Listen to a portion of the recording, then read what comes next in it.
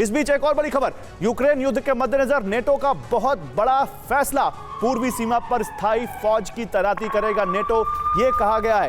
पहले से तैनात 40,000 जवानों की तादाद और बढ़ेगी। जून में मैड्रिड में होने वाली बैठक में प्लान तैयार होगा, यह नेटो ने कहा है। तो ईस्टर्न जो फ्रंट है उसका यहां पर और नेटो अपनी तैनाती बढ़ाएगा अपने सैनिकों की। कर्नल डिनी, नेटो और तैनाती बढ़ा रहा है लगातार और मदद दी जा रही है, इस बीच अमेरिका को पहले से पता था, इन सब पर आपका एक कमेंट छोटा सा। देखिए, नेटो का अपना जो पॉलिसी है अभी जो ट्रिप वायर डिटरेंस जैसे बोलते हैं, एक छोटा सा फोर्स को रखना, उसको अगर अटैक करते तो पूरा नेटो फोर्स आना, वो उनका पॉलिसी था अभी। लेकिन इस रशिया के अटैक के बाद अभी उन्होंने क्या कि पूरा डिटरेंस करने के लिए एक बड़ा फोर्स ईस्टर्न बॉर्डर की तरफ लेकर आने का उनका अभी प्लान है। आई थिंक दैट इज वो होने वाला है। लेकिन मैं एक चीज बहुत जल्दी बताना चाहूंगा गौरव, कि ये जो रिपोर्ट्स थे कि 1 साल से वहां पर थे, वो बिल्कुल सही है, उनको पता था। लेकिन मेरा सवाल है कि इन्होंने क्या किया इसको रोकने के लिए? किसी ने भी कुछ नहीं किया। बाइडेन की तो अपनी अप्रूवल रेटिंग्स भी गिर रही है इस वजह से, क्योंकि बाइडेन को लेकर उनके देशवासी भी खुश नहीं उनके एक्शन को लेकर।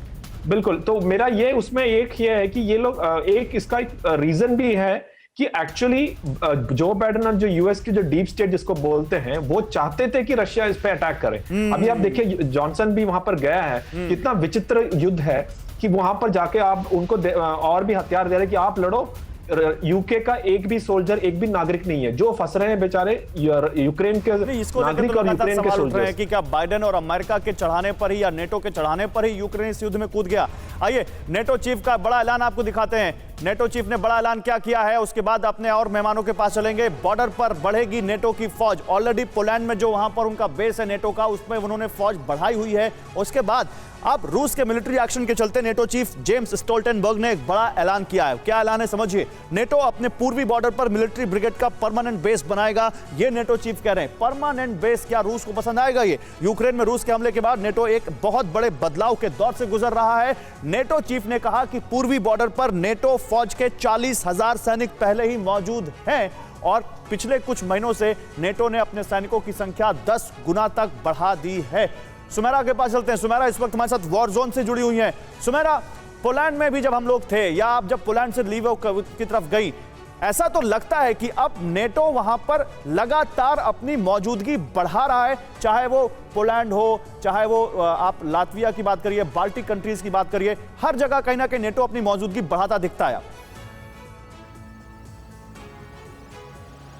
जी हाँ, बिल्कुल। आप खुद गौरव लगातार मौजूद थे और आप जो नेटो बेस है वहाँ तक खुद भी गए तब जब हम पोलैंड में थे, और पोलैंड से जब हम यूक्रेन की तरफ अब आए हैं। देखिए, ये जो तमाम ईस्टर्न यूरोप के देश हैं, उनमें एक तरह की असुरक्षा की भी भावना है। साथ ही उनको भी अपनी सुरक्षा के लिए सुनिश्चित करना ज़रूरी है कि वहाँ पर फोर्सेस को बढ़ाया जाए। और नेटो बार बार उन्हें, जब बाइडेन भी पोलैंड आए थे तब भी वो ये इस मुद्दे को खास तौर पर एड्रेस करते हुए दिखाई दिए कि एक भी इंच जमीन, चाहे जमीन हो या आसमान हो, इस तरफ रूस नहीं आएगा। तो एक तरह की असुरक्षा की भावना, क्योंकि अब हम अगर 21वीं सदी में ये देख रहे हैं कि किस तरह से 2022 में युद्ध लड़ा जा रहा है, रूस आया है यूक्रेन के अंदर और युद्ध लड़ा जा रहा है, आमने सामने की लड़ाई हो रही है। तो ये तमाम जो देश हैं, उन्हें लगता है, लाटवियन कंट्रीज को खास तौर पे, कि ऐसा हो सकता है कि इसके बाद वो निशाना हो। पोलैंड को खास तौर पर रूस में मीडिया, लोकल मीडिया, रूस का जो स्टेट स्पॉन्सर्ड मीडिया है, वो लगातार रोज अभी भी टारगेट करता है। वहाँ के रेडियो को आप सुनिए, वहाँ की न्यूज़ को आप सुनिए, वो लगातार ये कहते हैं कि हम पोलैंड को नहीं छोड़ेंगे, हम पोलैंड को नहीं बख्शेंगे। तो पोलैंड में लोगों को ये बात समझ में आती है कि वो लगातार टारगेट पर हैं और इस वजह से भी इसकी ज़रूरत है। साथ ही नाटो एक बड़ा संदेश रूस को भी देना चाहता है कि यहाँ नहीं आ पाए, और वो बार बार वो देने की कोशिश करते हैं और इस वजह से भी इस तैनाती को अहम माना जा रहा है। खासतौर पर रशिया वो किस तरह से इस युद्ध को, ये युद्ध किस रुख पर जाएगा। परवाह देश की, सोमवार से शुक्रवार रात 10 बजे TV9 भारतवर्ष पर।